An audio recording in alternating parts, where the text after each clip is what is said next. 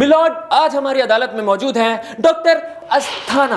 हाँ तो डॉक्टर साहब, आपके ऊपर सबसे पहला इल्जाम। हाँ जी।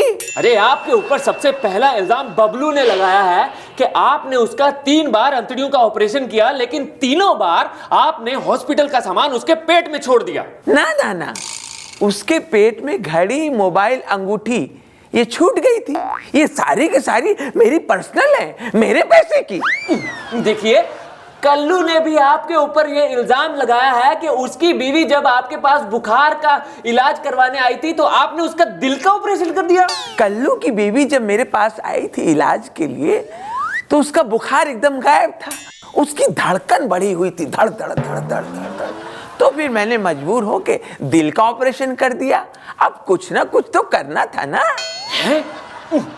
आप हमें यह बताइए कि अब तक आपने कितने पेशेंट्स को ठीक किया है? 100%। लेकिन आपकी रिपोर्ट्स तो ये बताती हैं कि आपके सरकारी अस्पताल में ज्यादा से ज्यादा मरीज आपकी लापरवाही से मरे हैं। अच्छा अच्छा, आप सरकारी हॉस्पिटल की बात कर रहे हैं?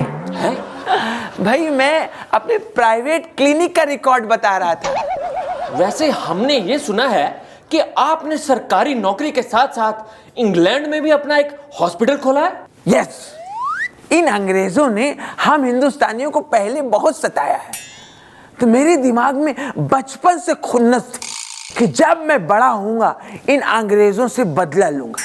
लो जी, मैं बड़ा हो गया, मैंने लंदन में अस्पताल खोल दिया। अंग्रेजों लंदन छोड़ो, अंग्रेजों लंदन छोड़ो। आज हमारी अदालत में मौजूद हैं एक शुगर के मरीज। हे क्या कर रहे हैं? देखिए, हमने ये सुना है कि आप बिना मतलब के किसी से भी नाराज हो जाते हैं। आजकल आप फिल्म इंडस्ट्री वालों से नाराज हैं। नाराज होने का बहुत बड़ा कारण है, इतने सालों में फिल्म वालों ने हमारे लिए एक ही फिल्म बनाई, चीनी कम चीनी कम। देखिए, आपके ऊपर यह भी इल्जाम है कि आपने अपनी पत्नी को तलाक दे दिया है, जबकि आप दोनों तो एक दूसरे को बहुत प्यार करते थे। तलाक मैंने नहीं उसको दिया, उसने मुझे दिया। एक दिन मैंने उससे बहुत प्यार से कहा, तुम्हारी आवाज बहुत मीठी है, मेरे से बोलती है, मीठा तुम्हारे लिए हानिकारक है। बस चली गई, मेरे भले के लिए गई है। देखिए, आपके ऊपर यह भी इल्जाम है कि आपने डॉक्टर के पास गए बिना खुद ही यह डिसाइड कर लिया कि आपको शुगर है। डॉक्टर के पास जाने की क्या जरूरत है? मैंने पिछले 1 हफ्ते से महसूस किया कि मेरे पर मक्खी बहुत बैठती है। मक्खियां बैठती है? तो अरे मक्खी किधर जास्ती बैठती है? गंदगी पे। नहीं, मीठे पे। तो मैं समझ गया मेरे को शुगर है। देखिए, आपके ऊपर यह भी इल्जाम है कि आपने अपने नौकर को बिना बात के नौकरी से निकाल दिया। उसने मेरे बात को ना पूरे मोहल्ले में बता दिया था कि मुझे शुगर है। लेकिन आपको किसने बताया? आज सवेरे सवेरे मिसेस शर्मा आई, मैंने दरवाजा खोला, वो बोलती है, भाई साहब शुगर है। मैंने दरवाजा बंद कर दिया। आज हमारी अदालत में मौजूद हैं जनरल स्टोर के एक मालिक। राम राम भाई जी। हमने सुना है कि आजकल आपका स्टोर खूब चल रहा है। क्या बात कर रहे हो? मारो स्टोर चल रहा है? हाँ, पर मैं सुबह सुबह जब आयो तो मारो स्टोर तो एक ही जगह था। देखिए, आपके ऊपर सबसे पहला इल्जाम यह है कि आपका कहना है कि आपकी दुकान पर एक ऐसा तेल मिलता है जिससे बाल बड़े हो जाते हैं। क्या आपने आज तक किसी के बाल बढ़ाए हैं? बिल्कुल। अब शर्मा जी ने ले लो, शर्मा जी का छोकरो एक बार छोटा था। अच्छा, बहुत ही छोटा था, इतने छोटे छोटे बाल थे उसके। उसके बाद मारो तेल लगाना शुरू कियो, तेल लगाते हो आज शर्मा जी के छोकरे के बाल अत्ता बड़ा बड़ा है। देखिए, आपके ऊपर यह भी इल्जाम है कि आप अपने स्टोर में सालों पुरानी चीजें रखते हैं। ना वकील साहब, गलत इल्जाम है। सालों पुरानी चीजें न रखूं, हाँ 10-12 दिन पुरानी चीज रखूं। जैसे दूध है, फल है, सब्जी है। दूध से मुझे याद आया कि आपके जनरल स्टोर में मिलने वाले दूध में से कभी कभी छिपकली और कभी कभी मच्छर पाए जाते हैं। ऊपर वाला साक्षी है, ये सब चीज का मैं एक्स्ट्रा चार्ज नहीं करता। देखिए, आपके ऊपर आपके भाई ने ये इल्जाम लगाया है कि दुकान की कमाई में से आप उसको हिस्सा नहीं देते, और आप ये बोलते हैं कि वो आपका दूर का भाई है जबकि वो आपका सगा भाई है। वकील साहब, हम लोग 8 भाई है, मैं सबसे बड़ा हूं, वो सबसे छोटा है, हम दोनों के बीच में 6 भाई है, तो हो गया ना दूर का भाई है? आज हमारी अदालत में मौजूद हैं एक ढाबे के मालिक पतीला सिंह जी। सत श्री अकाल बादशाह। देखिए, आपके ऊपर सबसे पहला इल्जाम यह है कि कल रात आपके ढाबे पे खाना खाते खाते एक व्यक्ति की अचानक से तबीयत खराब हो गई। इसके बारे में आपका क्या कहना है? अब पागल हो गया तू? उसकी तबीयत साढ़े खाने से खराब नहीं हुई, उसका जिम्मेदार है केबल वाला। जब मेरा ग्राहक खाना खा रहे सी, उसने केबल पे फिल्म लगा दी, वो भी उदय कोबरा की। वो देखते देखते देखते देखते बीमार हो गया।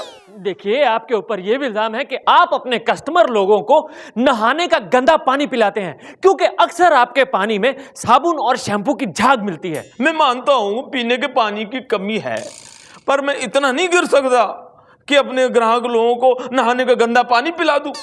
मुझे खुद जब नहाना होता है, मैं पीने के पानी की टंकी में बैठ के नहाता हूं। देखिए, आपके ऊपर यह भी इल्जाम है कि आपने अपने ढाबे के बाहर एक बड़ा सा बोर्ड लगा रखा है जिसमें बड़े बड़े अक्षरों में लिखा हुआ है कि शराबियों का स्वागत है, जबकि बाकी ढाबे वाले शराबियों को तो अंदर घुसने भी नहीं देते। जब शराबी हमारे ढाबे में खाना खाने आंदा है, हमें खुशी होती है। वो बिल्कुल कमी नहीं निकालता, बिल्कुल हमें परेशान नहीं करता। रोटी जली है, कोई गल नहीं। सब्जी में नमक ज्यादा है, कोई गल नहीं। दाल एक हफ्ते पुरानी है, कोई गल नहीं। आई लव ऑल शराबी। देखिए, आपके ऊपर यह भी इल्जाम है कि आपने एक फूड इंस्पेक्टर को रिश्वत देने की कोशिश की। वो लोग कोशिश करने का टाइम देंगे, वो खुद गले में से पैसे निकाल लेंगे। आज हमारी अदालत में मौजूद हैं फिल्म की शूटिंग में चाय और कॉफी पिलाने वाले स्पॉट बॉय। साहब चाय लेंगे कि नाश्ता? कुछ नहीं लेंगे, सिर्फ आपसे सवाल पूछेंगे। अच्छी बात है।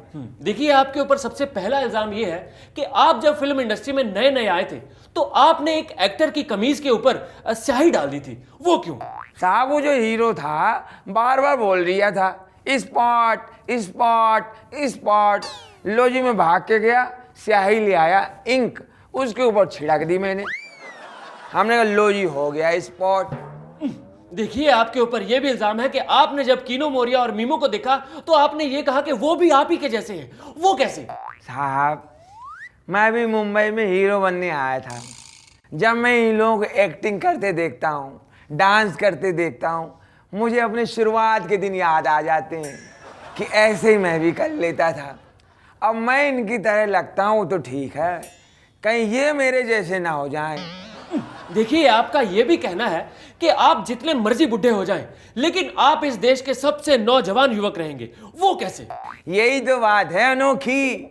मैं चाहे 70 का हो जाऊं, चाहे 75 का, और चाहे 80 साल का, ये हीरो हीरोइन मुझे यही कहेंगे, बॉय कहाँ गया, बॉय कहाँ गया। अरे बॉय कहाँ है भाई? यही तो बात है। ओके, आपका यह भी कहना है कि पाकिस्तानी क्रिकेटर्स अजीब अजीब से शौक रखते हैं। वो कैसे? साहब, मेरी समझ नहीं आ रही। मैंने पाकिस्तानी क्रिकेटरों के बारे में सुना है कि स्पॉट फिक्सिंग करते हैं। अब मुझे फिक्स करके इनको क्या मिलेगा?